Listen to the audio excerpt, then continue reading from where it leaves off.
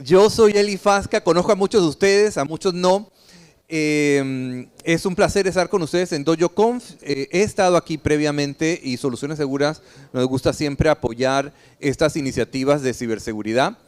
Bienvenidos, si un día quieren visitar la oficina, estamos aquí a 2 cuadras, edificio 237, hace tiempo en Ciudad del Saber. ¿Qué les traigo hoy? Estuve pensando que era interesante hablar en el 2024, porque cada vez hay diferentes temas que uno habla. A veces era consejos de ciberseguridad para que no nos pase lo que les pasa a los otros. A veces es qué es lo nuevo que viene en tecnologías de ciberseguridad. Probablemente están cansados de oír sobre inteligencia artificial o quieren oír más de inteligencia artificial. Yo pensé que sería bueno echar un poco para atrás. Los que son más jóvenes, perdón que he hecho mucho para atrás, pero ver un poco la última década, cómo ha cambiado ciberseguridad. ¿Por qué? Sabemos que esto siempre está cambiando, pero cuando uno comienza a decir, y sobre todo los viejos de nosotros, dicen, hey, hace 10 años uno decía esto, X, Y, Z, hoy en día uno dice algo muy diferente. Es bueno ver cómo va la industria y cómo va a seguir cambiando la industria. Entonces, si uno... el título es Evolución o Revolución. Yo no les voy a decir si esto fue una evolución o una revolución, eso es decisión de ustedes, pero sí un poco de los cambios. Y ciberseguridad comenzó hace más de 30 años, por ahí del 93, 91, 92, con compañías que fueron los primeros firewalls o los primeros antivirus. De aquí a allá ha sido una industria muy diferente, muy cambiante, una de las industrias que más crecimiento tiene a nivel mundial y que más visibilidad tiene a nivel mundial. Si nadie sabe lo que pasó el viernes pasado, me sorprendería mucho que estén en DojoConf hoy. Cada año tenemos nuevos ataques, nuevas defensas, y si uno comienza a ver en los 90s, y esto es algo, es mínimo parte de eso, pero en los 90s uno de qué se preocupaba? Se preocupaba de un virus que le pega a tu máquina. Y tu máquina probablemente no estaba conectada, sino que tenías un floppy. Un floppy son unas cosas cuadradas que se meten en la computadora con programa, y metiste un floppy que te infectó tu máquina. Después comenzaron los gusanos, después comenzaron las vulnerabilidades y los IPS, y siguió escalando. Hoy, ¿dónde estamos? Estamos en un nivel donde toda tecnología que tenemos puede ser vulnerable y mucha está interconectada, y hay un handful, unas 20 empresas que no es que dominan, pero que son parte de toda la ciberseguridad mundial, y que un impacto a una de esas 20, 25 puede causar impactos globales como vimos la semana pasada. Entonces comencemos un poco a hablar de los CVEs. CVEs son los Common Vulnerability Exploits, Common Vulnerabilities and Exposures. Significa cuántas vulnerabilidades existen descubiertas oficialmente y que normalmente tienen un parche. Y aquí hay una gráfica, es muy fácil de hacer una gráfica. Uno puede ir a cve.org, descarga esa base de datos, le dices a quien sea, hazme una gráfica. En el 99, como 1.600 vulnerabilidades por año. Ok, eso es bastante. Si uno ve en el 2006, 2007 hubo un aumento grande. Ese aumento tenía que ver con la interconectividad y con el banda ancha, que se usaba mucho más. Ahora había más conectividad, más velocidad, los virus se propagaban más rápido. A final del 2014 teníamos 9.000 vulnerabilidades encontradas en un solo año. Esto ya era difícil para una sola persona, para un equipo de personas, decir, bueno, vamos a ver cada vulnerabilidad, cómo nos vamos a proteger de ella. ¿Qué pasa después de eso? Segundo, ajá. Bueno, ese va poquito, pero de los 9.000 que teníamos en el 2014, comenzamos a subir. En el 2016, 2017, sube mucho, sube como a 17.000. Eso es más o menos cuando las criptomonedas comenzaron a volverse populares, sobre todo para pagar ransomware. Entonces ahora da plata, comenzamos a ver muchas más vulnerabilidades. Después viene la pandemia, todo el mundo en la casa puede encontrar más cosas, sube todavía más. En el 2023, 28.900 vulnerabilidades conocidas. No hay humano que puede ver esto. Entonces, la automatización, el cambio de cuántas vulnerabilidades existen, es algo que en la última década ha explotado y probablemente va a seguir explotando cada día más. Y otra cosa que salió es las vulnerabilidades conocidas y explotadas de CISA. Y eso hoy en día es mucho más importante, mucho más relevante de seguir. Les recomiendo que busquen CISA, que se registren y cada semana van a encontrar 2 o 3 correos de cosas nuevas que están siendo conocidas y activamente explotadas. Y esas son las que uno tiene que ponerle atención. Y pasamos de tener, 10 por aquí, a tener como 2.000 vulnerabilidades conocidas y explotadas en el 2023, que todavía sigue siendo mucho, pero por lo menos no son 29.000. Entonces busquen CISA y pueden seguir eso. Eso es un poco de cómo ha ido cambiando. Y voy a cambiarme porque no me gusta ese banner. Pero antes no me gusta porque esa es mi cara. Y como uno pensaba antes, uno pensaba de seguridad en profundidad. Y uno decía, uno tiene que cubrirse de todas las cosas que nos pueden pegar y necesito mi SIEM y gobernanza y el host firewall y el patch management y la protección de voz sobre IP y la de NAC y la de DDoS, todos esos elementos. Y cuando uno oía las presentaciones hace 10 años, te decían cuántos proveedores de ciberseguridad tienes y la mayoría tenía de 20 para arriba.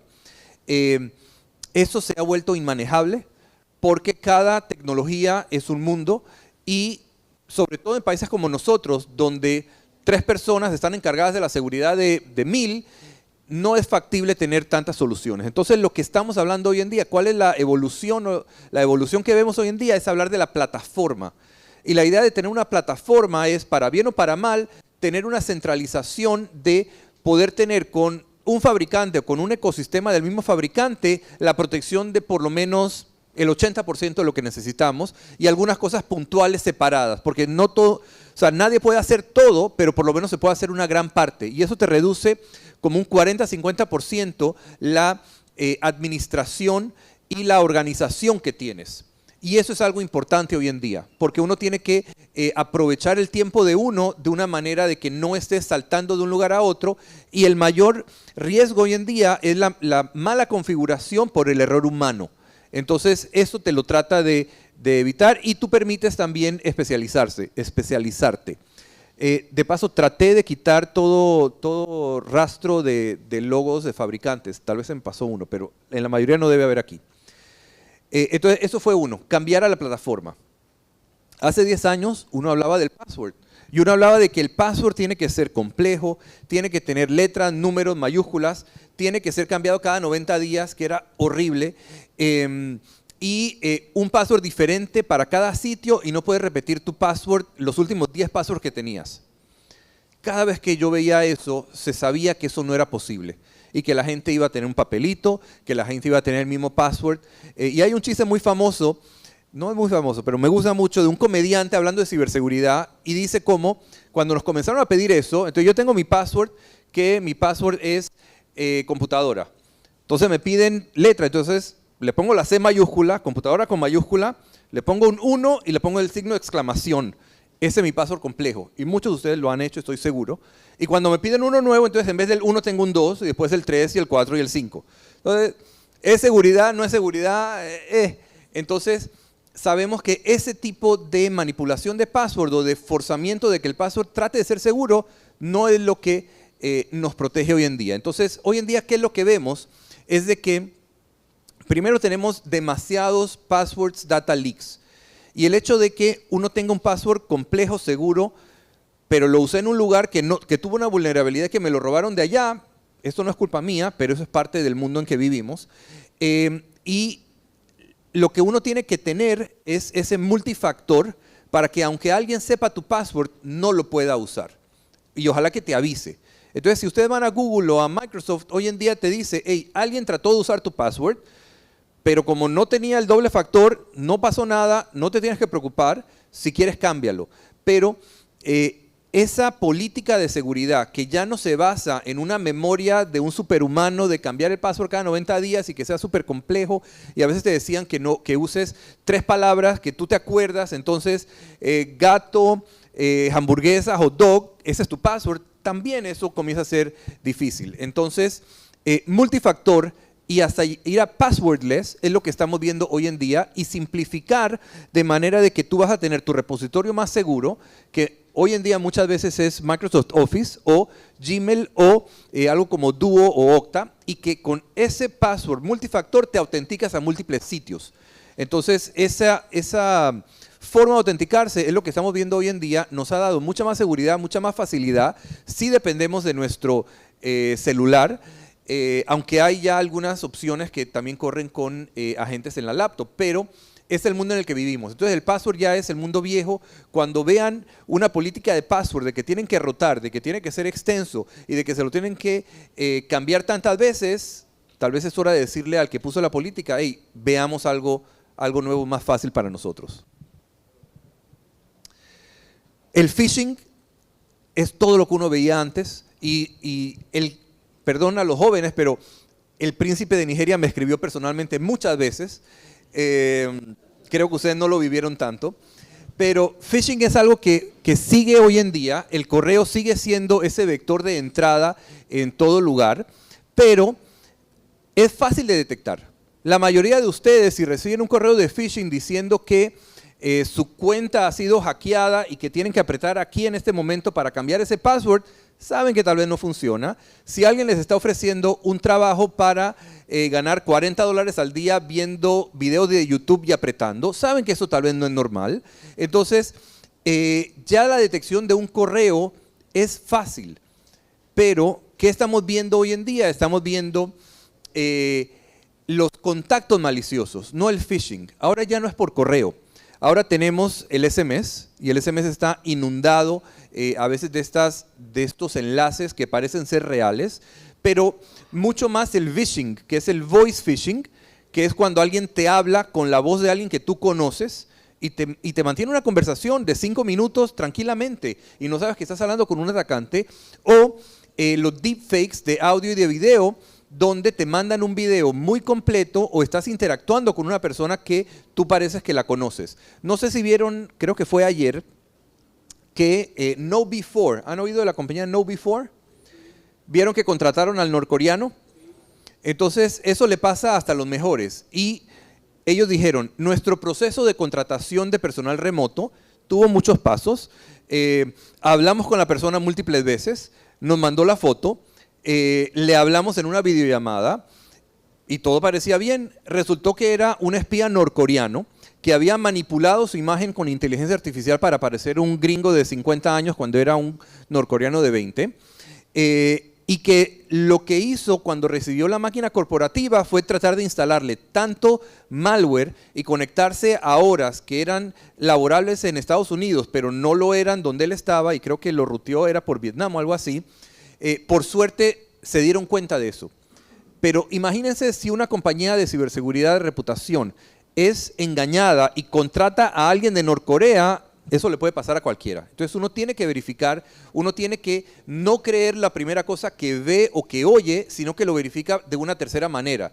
Y es llamar por teléfono directamente, es hacer una reunión en persona, es hacer alguna cosa que te garantice lo más posible de que estás hablando con quien tú quieres ser. Entonces eso es algo que hace 10 años uno ni pensaba que podía hacerse, y es la realidad de lo que estamos viendo. Soluciones Seguras hacemos esto, protección de redes empresariales. Antes uno lo veía muy fácil, uno decía tú tienes tu perímetro, en el perímetro tú tienes que poner tu firewall o tu clúster de firewalls, y en tus oficinas también tienes que tener, en tus sucursales tienes que tener otro firewall, otro clúster, haces un VPN entre ellos y estás protegido. Ese es un mundo fácil, tienes tu data center, el data center lo pones en tu DMZ y proteges todo. Todavía una gran parte del mundo tiene que depender de eso. Y cuando a mí me hablan de que el perímetro se desvaneció, por un lado es cierto, por otro lado no es cierto. El día en que nadie tenga que ir a una oficina a trabajar, ese es el día en que el perímetro totalmente desaparece. Ese es el día en el que vamos a decir, nos vamos todos a movilidad y todo funciona con el celular y nadie tiene que preocuparse de un data center. No estamos allá y probablemente no lo vamos a estar por un largo tiempo. pero sí hay una evolución y es una evolución importante. La conectividad ha cambiado mucho. Todos los modelos de Software as a Service o Security as a Service y de las nubes mantienen las aplicaciones y muchas veces aplicaciones importantes fuera de premisas y usan lo que es SASE, Secure Access Service Edge, y CTP, que es Zero Trust Protection, Zero Trust, sí, puede ser Protection, CTP, lo usan para dar el mínimo acceso a todo mundo y que solamente después de autenticarse tienen acceso a exactamente lo que necesitan en ese momento. Entonces, ese cambio donde tú tienes tu perímetro, y el perímetro otra vez va a seguir existiendo, pero tienes tantas otras cosas que no están dentro de tu perímetro, ya sea tus usuarios o ya sea tus aplicaciones a las que te quieres conectar, entonces significa que un firewall perimetral no es para nada lo que tú necesitas, lo único que necesitas. Es un elemento principal, crucial, pero tienes que coordinarlo y apoyarlo con muchas otras cosas, donde antes tú tenías tu data center y te conectabas al data center aquí. Hoy en día tú tienes tu anillo de seguridad donde tienes tus aplicaciones como Salesforce, como SAP, Office 365 que están afuera. Tienes tu data center que puede estar por acá. Tienes tus datos almacenados y a todo lugar te tienes que poder conectar de la misma manera, de una manera transparente. Entonces esa conectividad, esa seguridad cambia mucho y esto sí lo digo muchas veces, pero es difícil para una empresa saber cuáles son las mejores prácticas en cada momento y para eso estamos los proveedores o los integradores. Entonces nos pueden preguntar. Cada vez, o sea, si no fuera tan complicado, no necesitarían tener empresas de ciberseguridad apoyándolos. Entonces sí se necesita. Pero esto es lo que cambia y hay que entender entonces la dualidad de lo que está pasando y también de que no hay probablemente una persona que va a poder entender todos los controles de seguridad para esto. Y esto lo tengo en otro momento también. De paso, si tienen preguntas, comentarios, siempre bienvenidos. Y perdón, y un ejemplo, y voy a hacer ejemplo de la semana pasada, Endpoint, los endpoints son todas las estaciones de trabajo.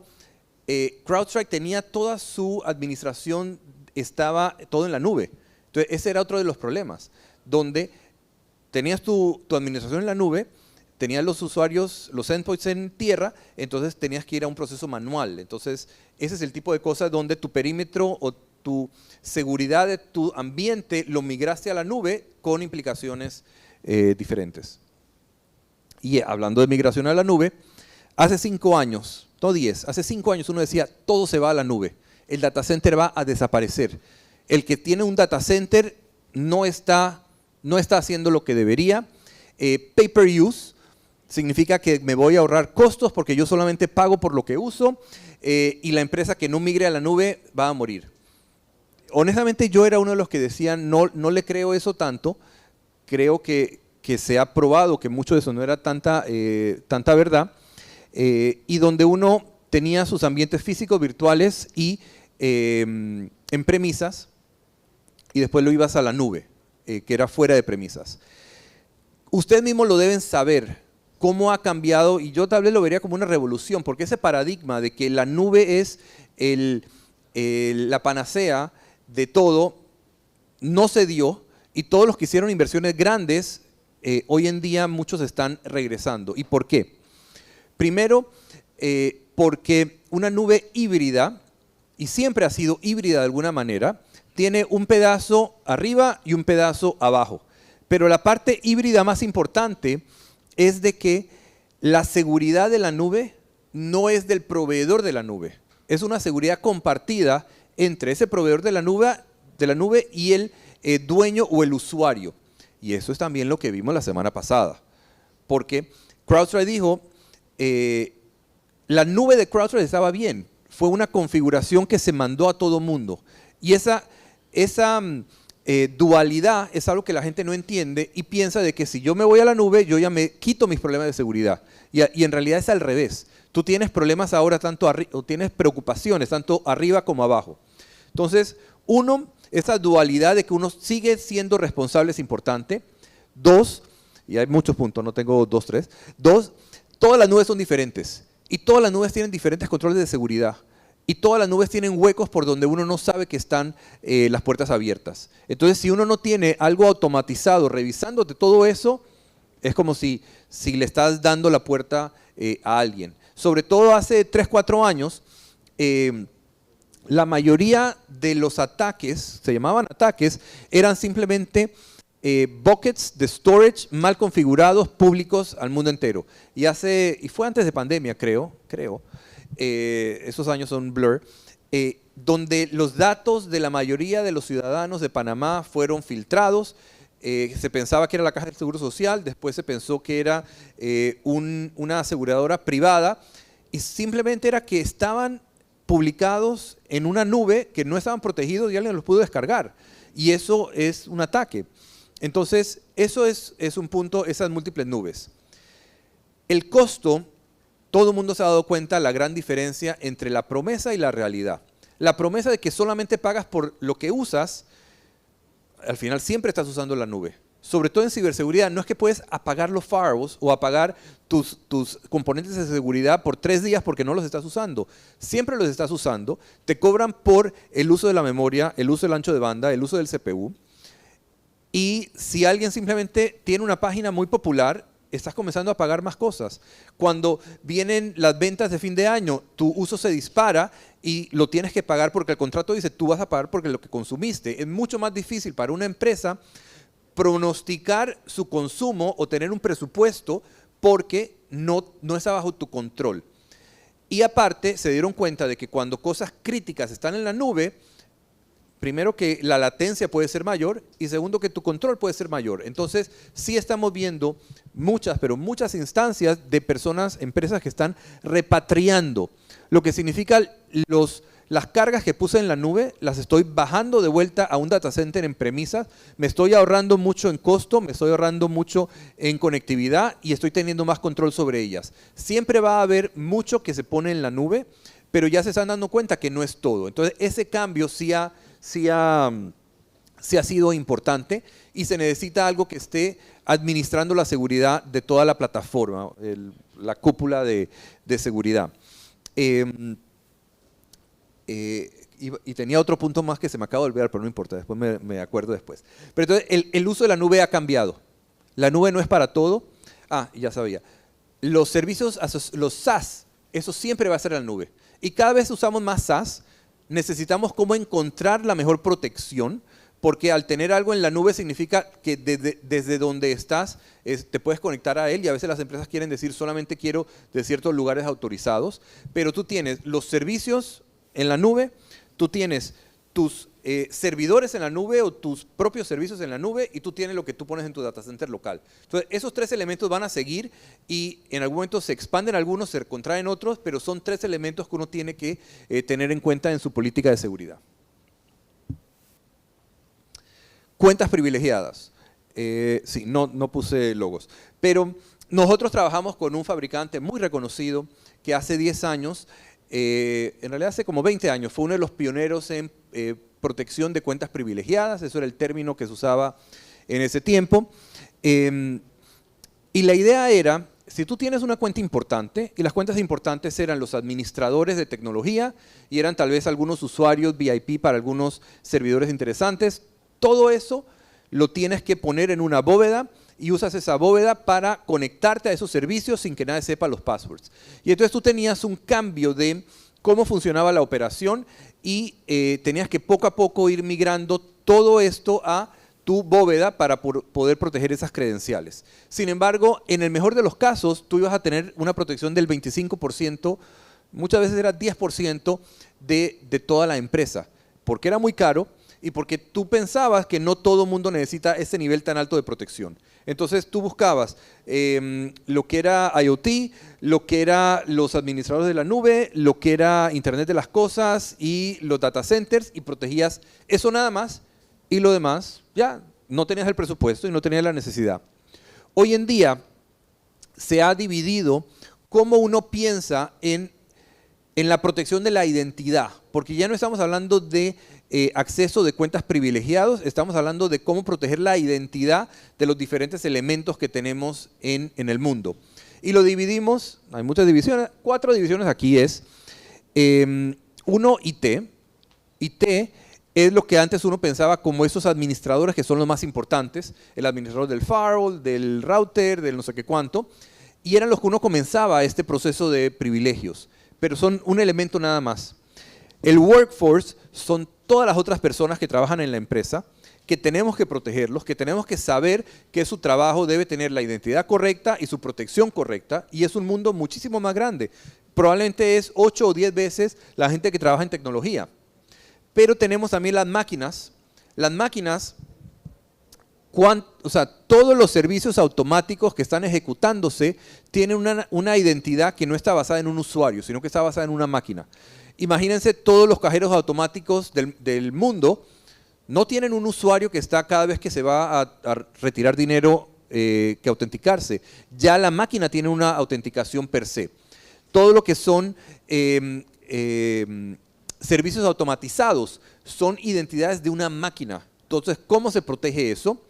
Y los desarrolladores, que son lo más difícil de proteger, pero lo más importante de proteger desde el principio. Porque el desarrollo inseguro es probablemente la fuente de la gran mayoría de las vulnerabilidades que uno ve. Entonces, hoy en día lo que uno trata de hacer es proteger todo eso en los diferentes puntos de la cadena de seguridad y que sea de una manera que no esté cambiando la manera en que trabajan. Entonces, ¿es un portal seguro o es que dentro de las herramientas de desarrollo de código automáticamente el código se revisa? Entonces, ¿cómo hacer eso de una manera no intrusiva pero que cubra a todo mundo? Es la nueva manera, diría revolución, de cómo proteger la identidad de una empresa. Y ese es un cambio grande. SIEMs, Security Information and Event Management. Yo personalmente odio esos productos. Son probablemente lo más complejo de implementar en una empresa. Para los que no saben, un SIEM básicamente agarra logs de mucha gente, de muchos generadores de historia de audito, las trata de correlacionar para encontrar información interesante ahí. Requiere de mucho tiempo para poder jalar de todo lugar, sobre todo cuando todo el mundo tiene algo diferente. Requiere de mucho tiempo para hacer lo que se llaman los casos de uso, para saber dónde está pasando algo real y no algo que no hay que ponerle atención. Y requiere mucho CPU, muchos datos, mucho mantenimiento. Pero esto era la mejor manera que uno tenía de cómo centralizar esa información de ciberseguridad. Ha habido una consolidación recientemente también, pero ¿cómo uno lo está viendo hoy en día? Uno lo está viendo con SOCs. El uso de un SOC, un Security Operations Center, es lo que le da a una empresa esa facilidad de interactuar con muchos elementos y de tratar de revisar dónde están los incidentes reales. Entonces, es la manera que estamos viendo, y los NTAs, que es donde estamos de alguna manera transparentemente viendo el tráfico, viendo las cosas que están pasando y alertar sobre incidentes. Entonces, ese correlacionador tal vez un poco manual lo estamos evolucionando a algo más inteligente. Y ya estoy terminando, y estoy bien de tiempo, ¿verdad? Sí. Sí, y ya estoy terminando. Y por último, y lo más importante, es cómo está evolucionando la administración. La administración de ciberseguridad hace 10 años, un poquito un dolor de cabeza, tal vez no un poquito. Algunos firewalls necesitaban múltiples consolas para hacer las cosas.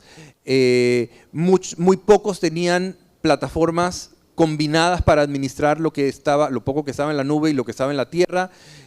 Hablamos de que había múltiples herramientas, y si alguien tenía 20 diferentes herramientas, eran 20 diferentes consolas que uno tenía que conectarse en cada momento para saber lo que estaba pasando, y los interfaces no estaban diseñados para ser tan amigables como uno le gustaría. Teníamos el problema de que esa administración era un dolor de cabeza, y teníamos también, no era un problema, pero cómo pensábamos en inteligencia artificial. AI es algo que hace 15 años muchos de los fabricantes lo tenían funcionando. En ese momento lo llamaban machine learning, pero en realidad es lo mismo. Es tener big data y sacar de ese big data, intuir cosas que están pasando y que un ser humano no podría ver manualmente. Muchos de los motores de protección de los firewalls, agarraban machine learning, inteligencia artificial, para nuevos ataques, para bloquear, para todo eso. Pero hoy en día lo que tenemos, que todavía no está aquí, o sea, está saliendo, está anunciado, algunos firewalls que tengo sí lo tienen ya, pero muchos otros lo están comenzando a hacer, muchas tecnologías lo están haciendo. Eso de Gen AI te permite una administración inteligente, donde vas a poder interactuar de la misma manera que interactúas con ChatGPT para preguntarle, dime qué ataques tengo en el último día, dime cómo configurar esto, cambia la política y permite que el usuario Juan accese al servidor de finanzas. ¿Quieres que instale la política? Sí. Entonces la administración inteligente, donde Gen AI con una administración intuitiva, que puede ser desde tu celular, te combine eso y ya no tengas que ir a todas esas consolas con comandos muy esotéricos, eso ya está viniendo y probablemente en los próximos 2 años vamos a tener ya esto mucho más cementado en la mayoría del mundo de ciberseguridad. Si ustedes están revisando, muchos de los proveedores más grandes ya están diciendo, puedes interactuar conmigo a través de un chat para saber lo que está pasando. Muchos están comenzando a decir, en el futuro puedo mandar un comando a través de este chat. Entonces, eso es donde estamos viendo revolución, evolución, como lo quieran ver, pero sí está muy cerca de que lo tengan en las plataformas que tienen ustedes. Y entonces, en conclusión, sí, el mundo de ciberseguridad evoluciona y cambia constantemente. Si no, no tendríamos trabajo muchos de nosotros. Es difícil saber si es una evolución o revolución. Honestamente no es que me importa, lo que me importa es que está cambiando y que uno no puede quedarse atrás. El gerente de tecnología o el gerente de finanzas, que el de finanzas hace 10 años vio algo, hace 5 años vio algo y dijo, esto es lo que yo necesito, hoy en día es algo muy diferente. Y se ve lo que está pasando en el mundo entero con los ataques, con los incidentes. Esto cambia, la unificación y la automatización son muy importantes para poder hacer todo lo que se necesita.